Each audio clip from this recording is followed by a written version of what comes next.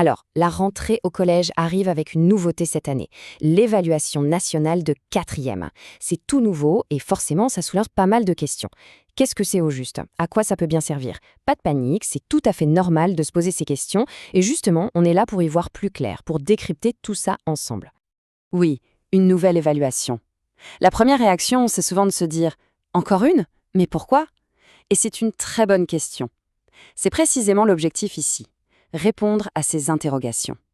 On va prendre le temps de décortiquer, vraiment point par point, ce que ça implique concrètement, que ce soit pour les élèves ou pour les familles. Bon, pour bien comprendre, le mieux c'est de commencer par le commencement. On va regarder les bases, qui est concerné, pourquoi on la met en place, comment ça va se passer et surtout quand. Une fois qu'on aura clarifié ces 4 points, vous allez voir le reste sera beaucoup plus limpide. Alors voilà le résumé. Qui? C'est simple. Absolument tous les élèves qui entrent en quatrième. Quand? Ça se passe très tôt dans l'année, dès le mois de septembre. Comment? Tout se fait sur une plateforme numérique, donc sur ordinateur ou tablette. Et la question la plus importante, pourquoi? L'objectif, et c'est vraiment le point clé, ce n'est pas de mettre une note, c'est d'avoir une sorte de photographie des compétences de chaque élève à un instant T pour pouvoir mieux les accompagner tout au long de l'année. D'accord, le cadre général est posé. Maintenant, la question que tout le monde se pose. Qu'est-ce qu'on évalue exactement? Eh bien, on se concentre sur les 2 matières fondamentales, les 2 piliers du collège, le français et les mathématiques. Regardons ça d'un peu plus près. Côté français, on ne teste pas que la grammaire ou l'orthographe, loin de là. On regarde la capacité à comprendre un texte, bien sûr, mais aussi à comprendre ce qu'on entend à l'oral. On s'intéresse aussi à la maîtrise de la langue et, on le verra, à la lecture à voix haute. Pour les maths, c'est la même approche, on balaye un spectre assez large. Ça va de l'espace et la géométrie aux grandeurs et mesures, en passant bien sûr par les nombres et les calculs, et même un peu de gestion de données. L'idée, c'est vraiment d'avoir une vision globale des acquis. Alors comment tout ça s'organise concrètement? En fait, c'est assez simple et ça ne dure pas les jours. L'essentiel de l'évaluation se déroule en 2 sessions collectives. Chacune dure 1 heure, préparation comprise. Une séance pour le français, une séance pour les maths. Et c'est tout. Enfin, presque tout. À ces 2 heures en groupe s'ajoute un tout petit exercice, mais cette fois-ci en individuel. Il s'agit d'1 seule minute de lecture à voix haute. Ça peut paraître court, mais c'est un excellent moyen de vérifier la fluidité et l'aisance en lecture, ce qui est une compétence absolument essentielle. Bon, l'évaluation est passée. Et maintenant, c'est sans doute la question la plus importante pour les parents.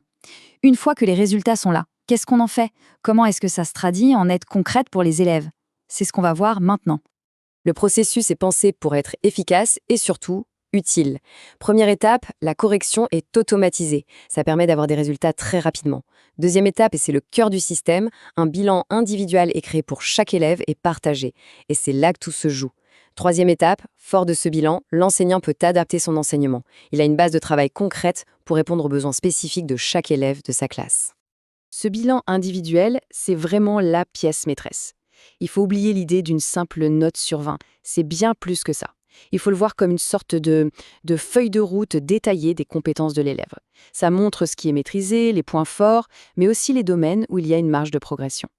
Et le fait de le partager avec la famille est crucial, parce que ça permet d'établir un vrai dialogue entre les professeurs, l'élève et ses parents. Alors, cet accompagnement, à quoi ça ressemble en pratique? Eh bien, il y a plusieurs options. Ça peut être un soutien personnalisé directement en classe. Pour les élèves qui en ont le plus besoin, des heures de soutien spécifiques peuvent être mises en place. Et puis, il y a des dispositifs sur la base du volontariat, comme Devoirs faits ou encore les vacances apprenantes. L'idée, c'est vraiment d'avoir une boîte à outils, une palette de solutions pour pouvoir s'adapter à chaque profil d'élève. Maintenant qu'on a vu tous les détails, essayons de prendre un peu de hauteur. Si on devait résumer en une seule idée, quelle serait la philosophie derrière tout ce dispositif? Quel est le message principal à retenir? Eh bien, cette phrase résume tout parfaitement. L'objectif, ce n'est pas de classer, ce n'est pas de juger et encore moins de sanctionner. C'est purement un outil de diagnostic.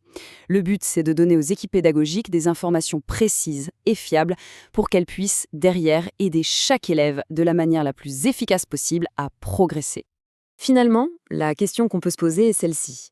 Est-ce qu'on doit voir ça comme un simple test de plus, une épreuve à passer, ou au contraire, est-ce qu'on peut le voir comme un véritable point de départ? Le point de départ d'une année scolaire où l'accompagnement est encore plus personnalisé, plus attentif aux besoins de chacun. Et c'est peut-être cette façon de voir les choses qui fait toute la différence.